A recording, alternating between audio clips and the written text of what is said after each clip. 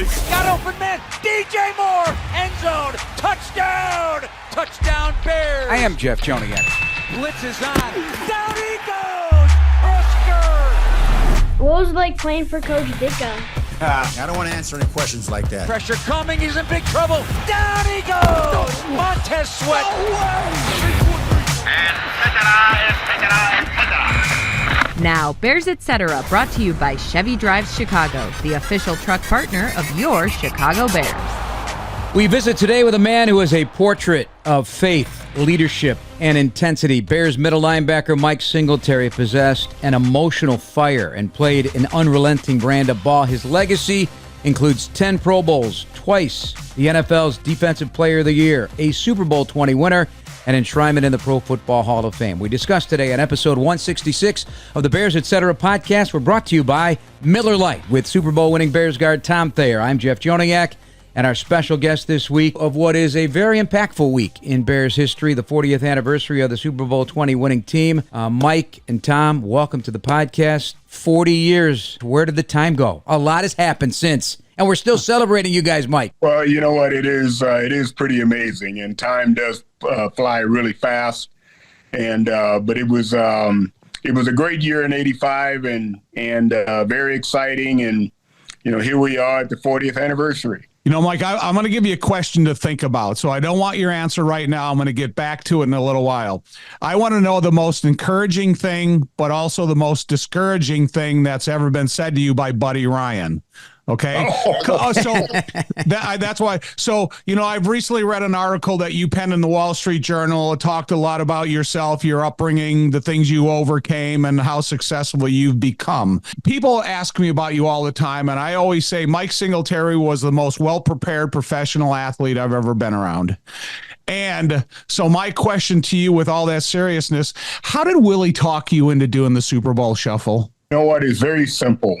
Willie came in, and it was a well planned out plan. I mean, it really was.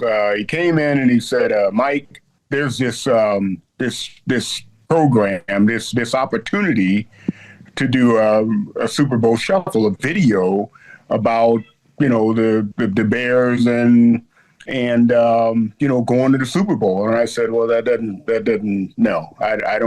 that doesn't make any sense. I don't do that." And he said, "Well, all of the proceeds that comes from the video will go towards feeding the hungry in Chicago, on the South Side and on the West Side." And he knew that would be all that he needed to say in order for me to say yes. Did you have any did you get to see the lyrics before you sang your solo, or did you show up and sing the solo just however they have written it? I showed up and did the solo however they had written it. Tom, were you asked to do it? I know you would never do it, but were you asked? Well, Willie, when we were coming home from the Miami game, Willie was walking up and down the aisle trying to encourage the guys to show up at the Park West the next morning to be in the chorus of it. Okay. So when you see Calvin Thomas in there, you see Tom Zach in there, you see Stephon Humphreys in there, all those guys everybody was included, but really I could never see myself dancing on camera. So it was something I wasn't in agreement with. And Mike, I always thought about Ditka in the back of my mind, because I'm going, God, if you guys go out and you do the Super Bowl shuffle and we fail to live up to a song called the Super Bowl shuffle, is Ditka going to hold it against everybody? But, he kind of climbed aboard and embraced it like everybody else did. Well, what was really interesting about that is right after I talked to Willie about it, I knew I had to talk to Coach Ditka about it. So I went up and I said, "Coach, I want to tell you about something that the team is thinking about doing, and it has to do with feeding the hungry on the South Side of Chicago." And he said, "Mike, if you do it, it sounds good or what have you, as long as you promise me that it will not affect the team, you can do it. And as long as I got that, I'm good." And I said, okay. I said, we only have a shoot after the Miami game. And, of course, it came at the worst opportune time. Losing to Miami, we had to shoot the next day. But it was, in retrospect, when I think about that game, it came at the best time.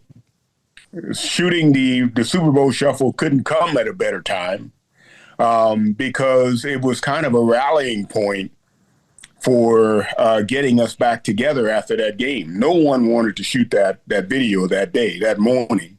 You just got beaten. You did not want to sing the Super Bowl shuffle. But we agreed to it. We said we would do it.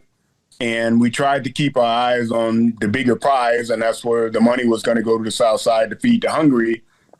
There it was. But the next day when we went there to do that shoot, and we got to know each other on a whole new level. I didn't know that Leslie Frazier couldn't dance. You got to be kidding. You are awful. so I mean, really, that alone, getting to see guys dance for the first time and laugh, and before you knew it, but when we got ready to leave, we were excited, we were happy, and at the same time, we realized, hey guys, we got to get ready to go. We got to go. We can't lose another game. We got to go, and we got to win this thing. We will be the biggest idiots ever if we don't win. You dangled your own carrot. You guys dangled your own carrot right then and there. Yeah, I mean, it was a whole new level of commitment, and so it ended up being, I thought, a really good thing. And at that time, we were the youngest team to go to the Super Bowl, so it was another thing for us to really be held accountable at a whole new level. This podcast is brought to you by Miller Lite, the official beer partner of your Chicago Bears. Tastes like Miller Time Chicago. Go to MillerLite.com/BearsPod to find delivery options near you. Celebrate responsibly. Miller Brewing Company, Milwaukee, Wisconsin. 96 calories and 3.2 carbs per 12 ounces. Mike, this is almost a question I can answer without you saying a word, but I want you to give it some gusto. Why did players on those Bears teams you were on from the time you arrived in the 80s until the early 90s follow you? I think there's really one word, and I think I was very sincere. I really cared about the guys, and I think every guy knew that. I would do anything for my teammate. I would not let one guy take advantage of another. If I said I was going to do something, I followed through. So it was.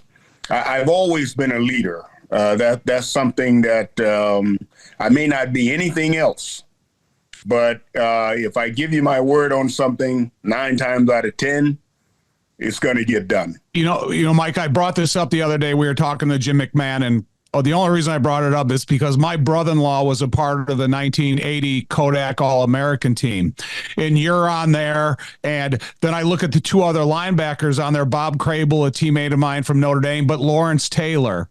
So when you put yourself in that group, your size, your structure, your status, what you were able to do and your accomplishments in college, did you know that things in the NFL were going to come to that 10-time Pro Bowler, future Hall of Famer?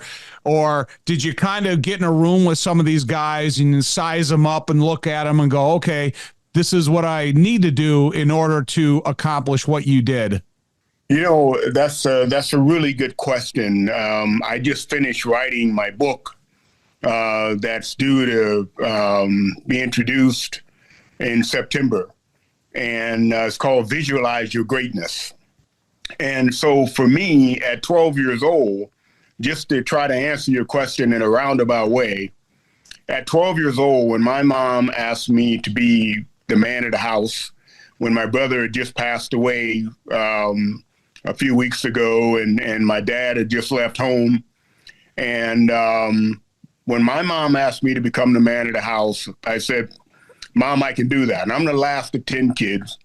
And I go in the room and I get out a sheet of paper and I write out my vision statement that sounds like this: find a way to get a scholarship to go to college, get my degree, in which I'd become the first in my family to do so, get drafted and go to the NFL, buy my mom a house and take care of her for the rest of her life, become an All-American, go to the Super Bowl, and own my own business.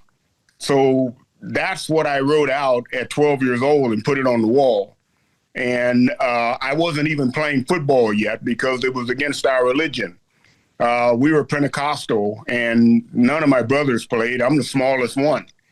And so when I wrote that, I had to beg my mom to let me play, but it was something that was a burning desire in me. I never saw myself as small. I heard I was small. I never saw myself as not having everything I needed in order for me to accomplish what it was that I wanted to do. And so it was a desire from the inside out, that fire that I had in me. That was the thing that always motivated me, and I knew that God was the sauce that really made the difference. Yeah, that book, by the way, the playbook for the 7 C's of success is also a part of that title, Mike. Faith-centered, which is no surprise at all because it is the foundation of your existence. But courage, consciousness, consistency, character, confidence, commitment, and compete. Tom, I think that sums up Mike Singletary to a T. But all about, Mike, you've always talked about excellence constantly, every time I've ever heard you speak. Tom's lived it with you, shoulder to shoulder. So how long has this been in the offing for you, this type of book? It's interesting. I really wasn't going to do another book. But when I think about all of the social media, all of the, a lot of young kids, young people or older people that are really following people and they have lost their own voice of having an authentic thought.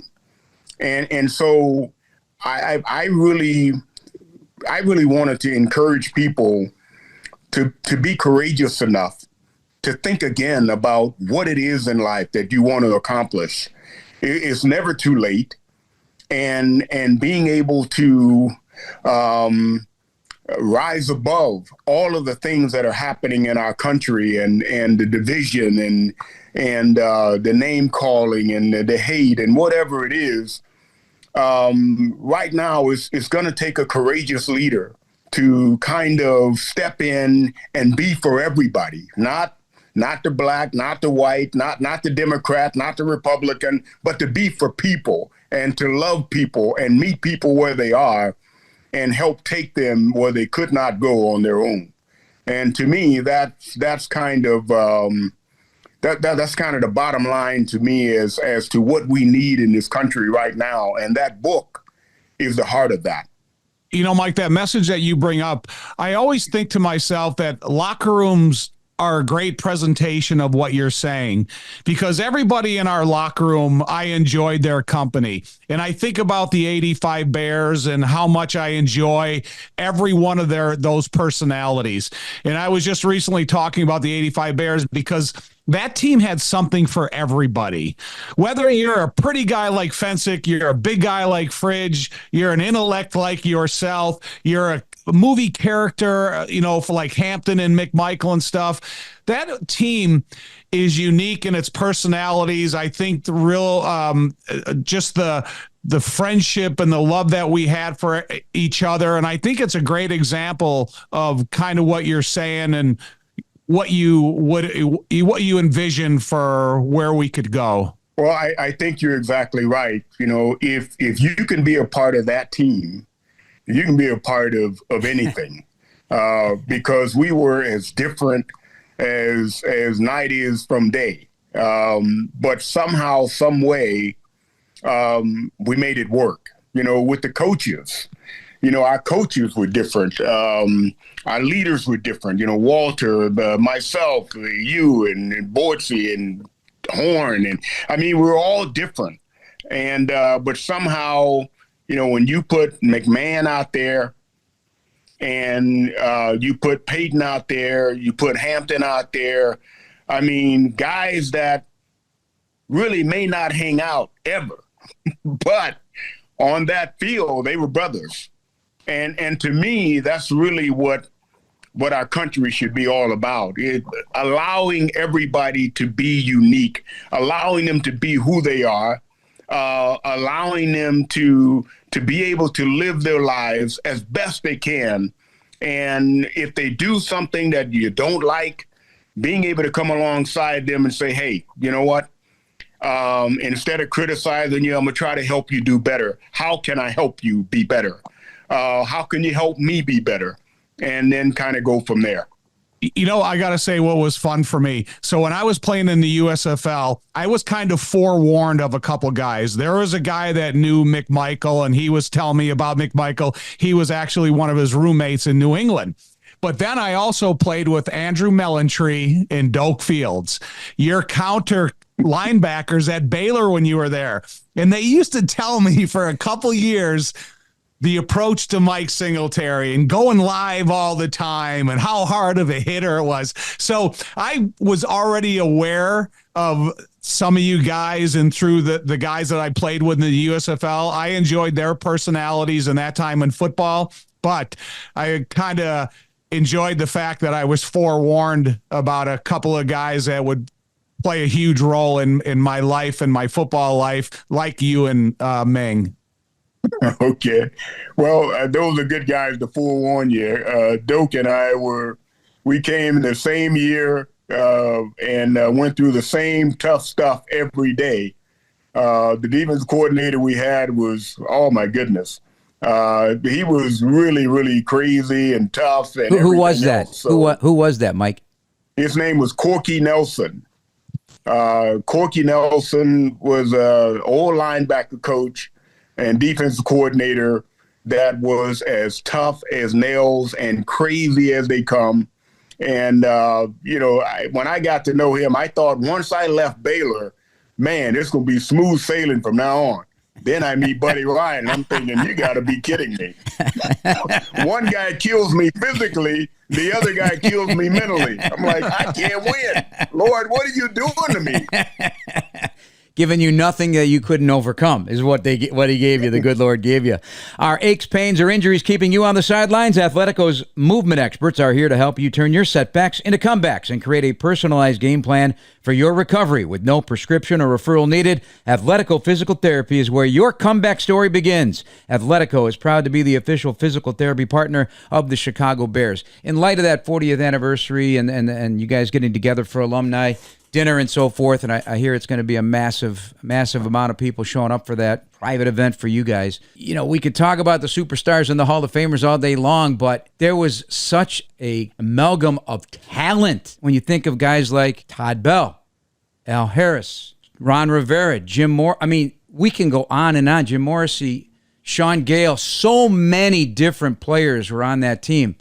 And this whole idea of modern day players saying, hey, I hear this cliche constantly, sharpen iron with iron on both sides of the ball. You guys live that every single day. And now it just hit me. Yeah, we got Iron Mike as the head coach as well. So yes, iron sharpening iron. Did you guys feel that? You know, I really felt like everybody was so immersed in trying to be the best that they possibly could. There's no way that you could realize the greatness that we were surrounded by. And I think that starting with Coach Ditka and Buddy Ryan leading the way, and then our leaders, McMahon, and as crazy as he was a tremendous leader.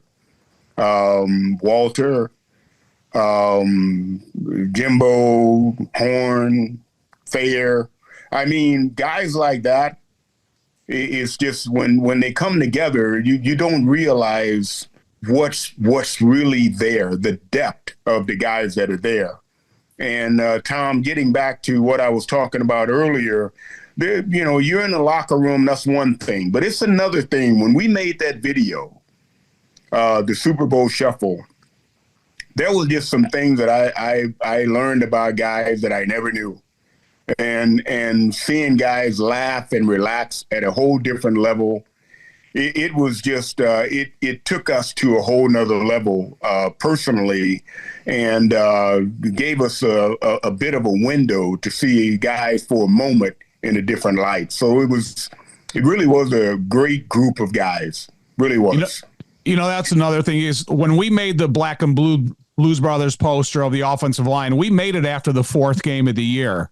So it was about performance, or else you're going to be kind of ridiculed and criticized for making a poster on just the offensive linemen after week 4. And where were you going to go with it? And thankfully it ended up where we did. So even though we only have a couple minutes left, and I was asking you the most encouraging thing and the most discouraging thing that Buddy Ryan ever said to you. And the only reason I'm asking this is because the production of perseverance, what you were able to accomplish throughout your career, where you were drafted and what you turned into. There's not many guys that have an NFL success story like yours, but not everything was roses. And sometimes you had to live with criticism from a coach as much as you did the encouragement of a coach.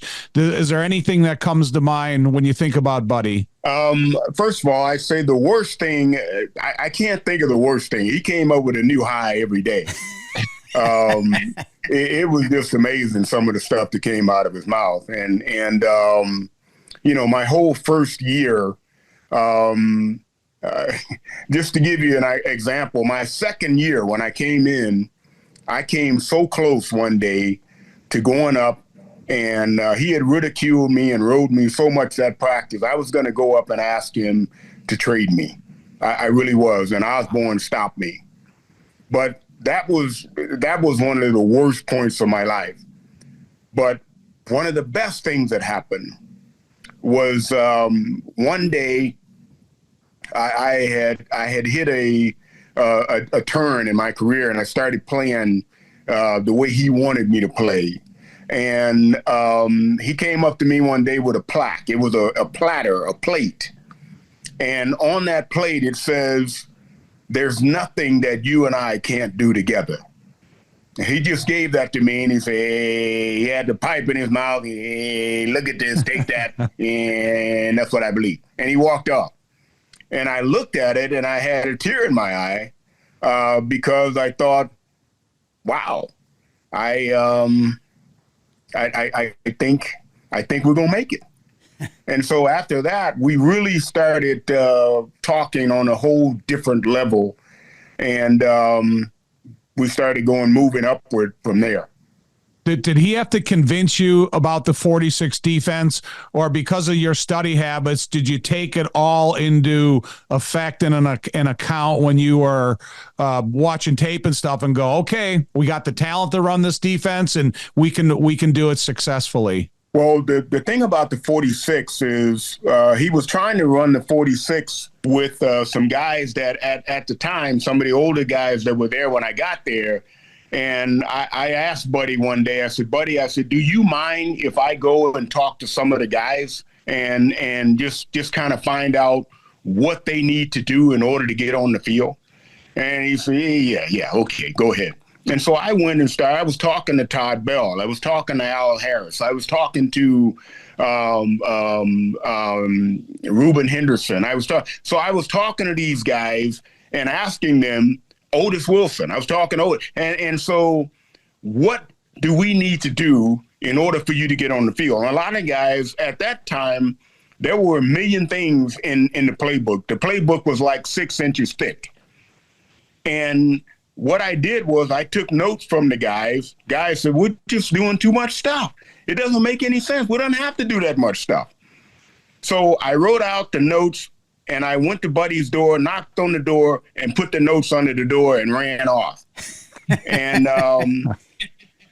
the next day, and this is the greatest tribute to Buddy Ryan, the next day, that playbook went from about 6 inches to about half an inch.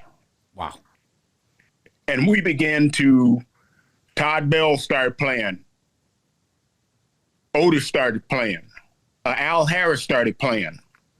And all of a sudden, the guys were on the field because Buddy didn't want mistakes. He could not stand mistakes. And so, but now he realized that we needed to have walkthroughs, and we had walkthroughs during lunchtime. We're walking around with a sandwich in our hands and a playbook in the other. And we're walking around outside. We had to do those walkthroughs. So Buddy listened to everything that I gave him, the notes that I gave him. We started doing it. And so with those walkthroughs and cutting the defense down so guys could play fast, putting the talent on the field that could play, man, I think it took it to a whole nother level. And to me, that was the greatest tribute to Buddy, is just being open to really listening to what a player had to say. How do you tell a cashier you're a Bears fan without telling him you're a Bears fan? With the Chicago Bears PNC Bank Visa debit card, which gets you exclusive discounts on Bears merchandise. Find out more at pnc.com/BearsCard.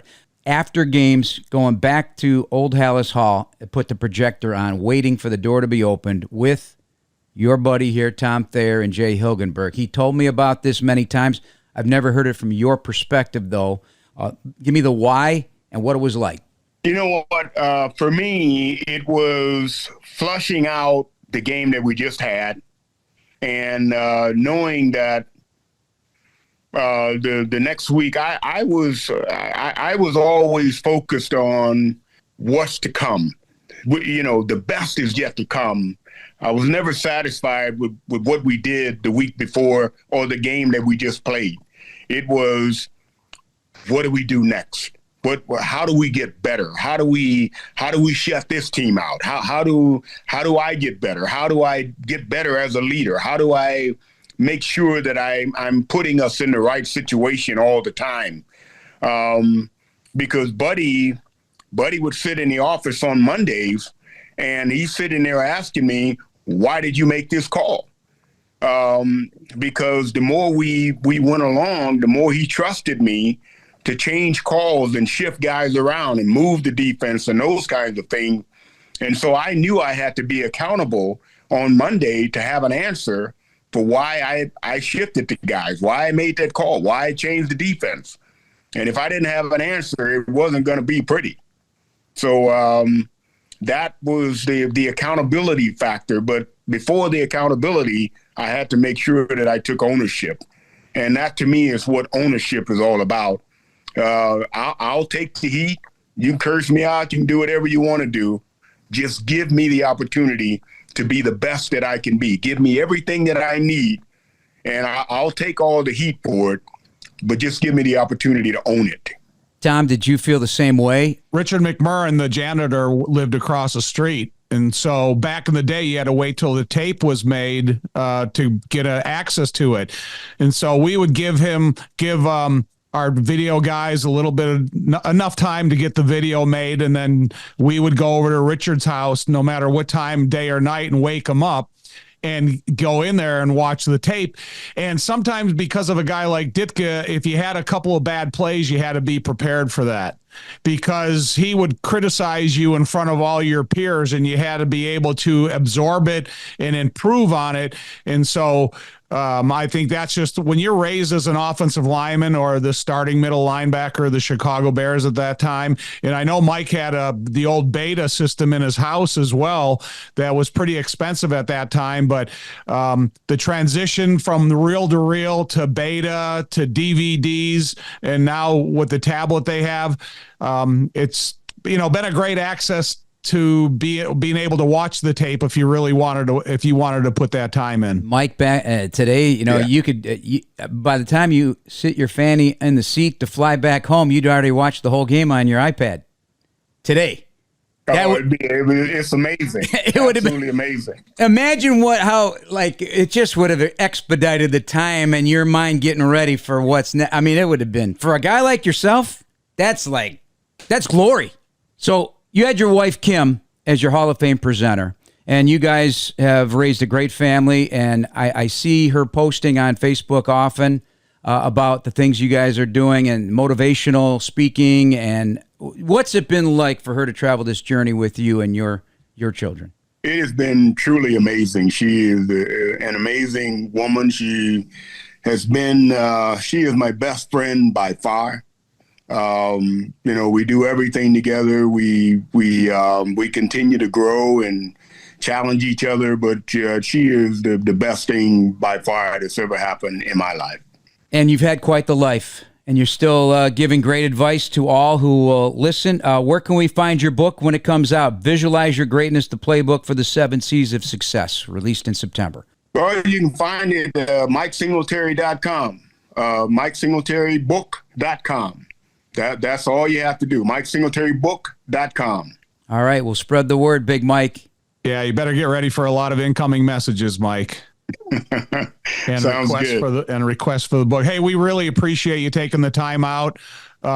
You're still one of my heroes, and every time I get a chance to talk to you, I really appreciate it. Well, same here, Tom. You're the one of the best teammates anybody could ever have. So anybody ever asked me about who are your favorite Bears?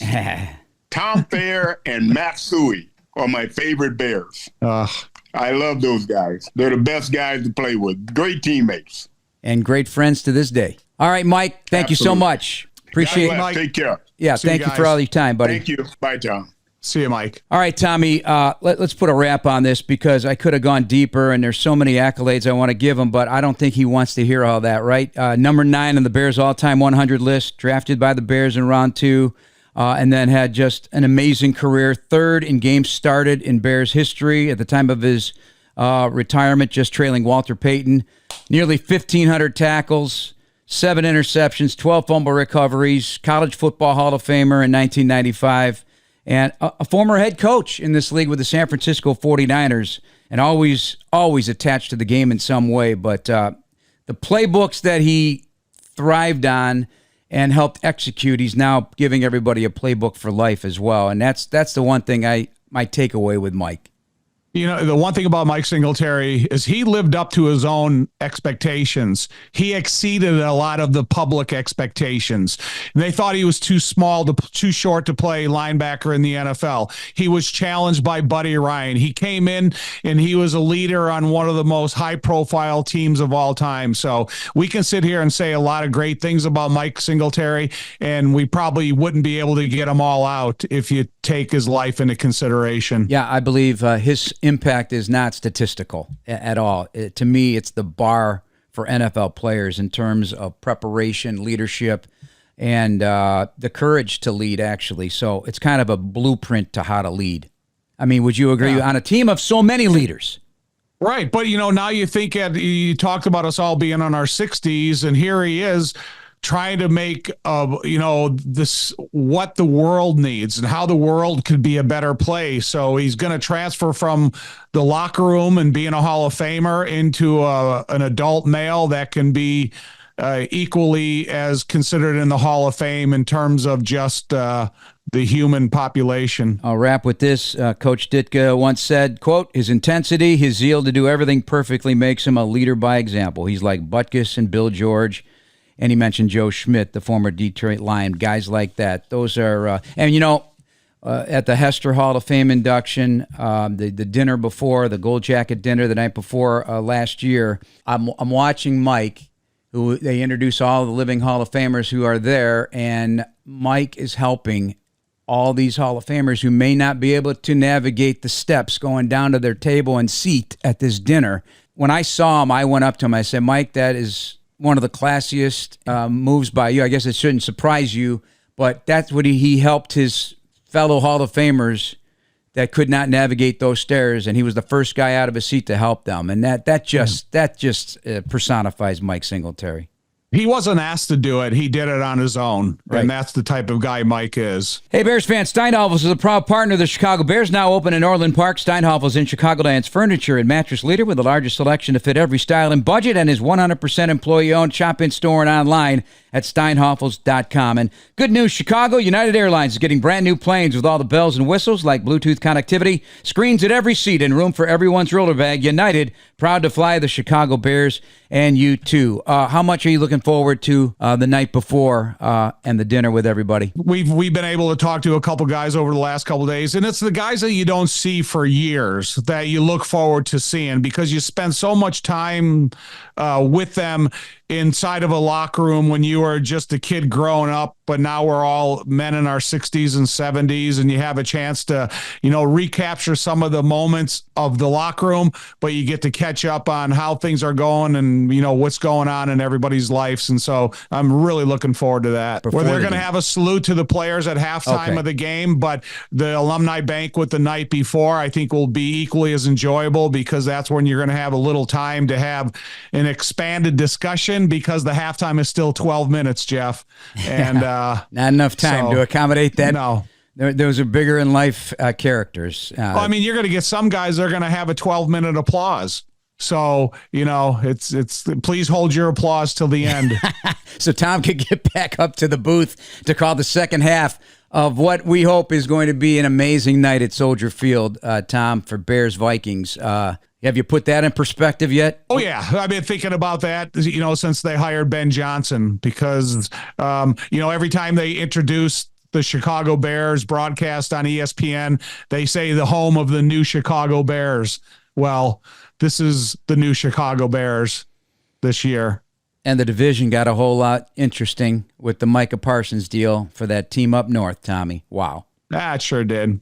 But, hey, you got to block them anyways. This podcast is brought to you by Miller Lite, the official beer partner of your Chicago Bears. Tastes like Miller Time Chicago. Go to MillerLite.com/BearsPod to find delivery options near you. Celebrate responsibly. Miller Brewing Company, Milwaukee, Wisconsin. 96 calories and 3.2 carbs per 12 ounces. That's going to do it for us. Thanks to our special guest, Bears Hall of Famer Mike Singletary. For Tom Thayer, I'm Jeff Joniak. Thanks for listening, everybody. Please subscribe now on your Chicago Bears official app, Apple, Spotify, YouTube, or wherever you get your podcasts. Bear down, everybody.